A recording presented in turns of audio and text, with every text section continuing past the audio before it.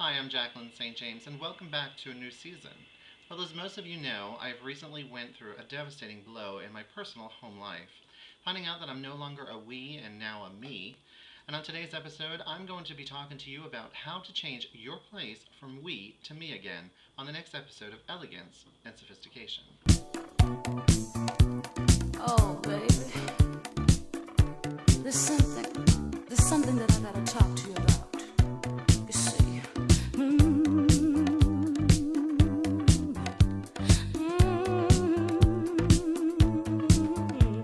it's over. Oh yeah.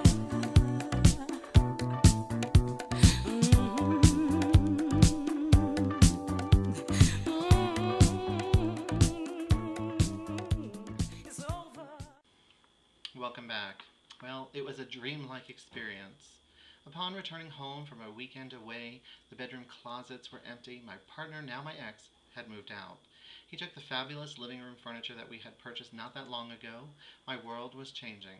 The reality was, I wanted to stop thinking about who I had become after my separation, a single woman, okay, drag queen, and focus on my surroundings. I wanted my home to change from our home to my home. I wanted to shape my space to reflect my personality. I wanted to transform it into the space where I would be happy. Slowly, this philosophy would influence the decor throughout my home. Of course, like most things that change I was dealing with, this was uncharted territory, especially learning to deal with my new budget, or lack thereof. The first project I wanted to tackle was my new bedroom. The room which we shared, which was once ours, was now mine.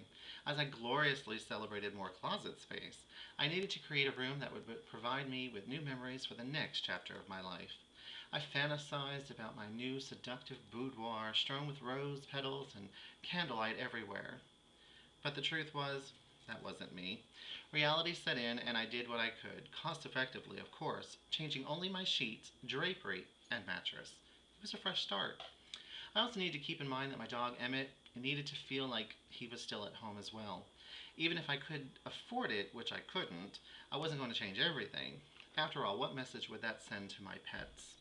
Erasing all the memories before my separation, letting my personality shine through the best that I could, spending as little as I could, I would decorate for myself. Yes, not anybody else.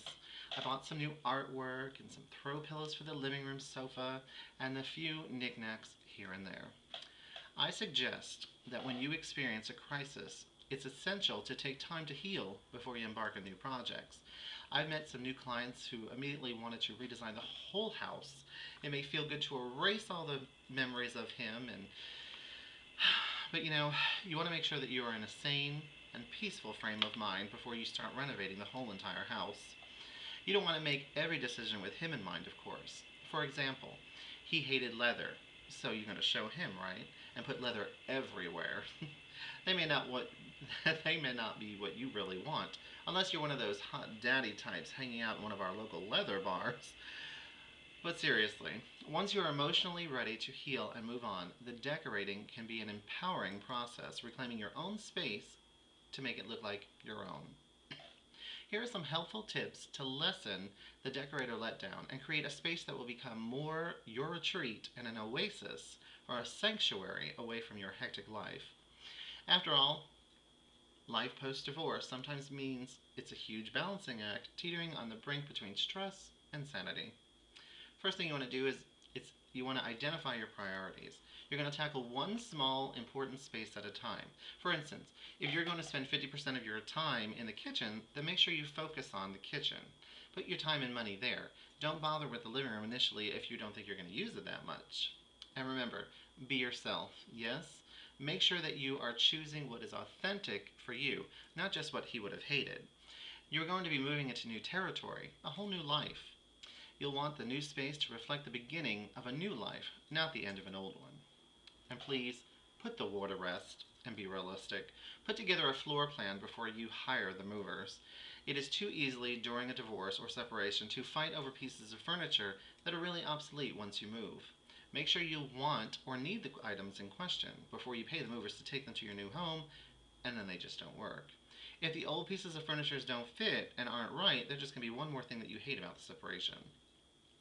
Remember to be authentic. I have a dear friend in LA whose home is very formal, but she's a very casual person, and there's this disconnect when you see her in this space. Embrace the best parts of yourself and create an environment that celebrates the real you. Let the real you shine through. I learned that most about new clients and friends through artwork and books that they collect. There is a true mirror to the soul they are. You may not you may not want to invest in a lot of kitschy things for your new house, but a funky coffee table book about the subject that sends a message about your irreverent side. My space. I'm loving it.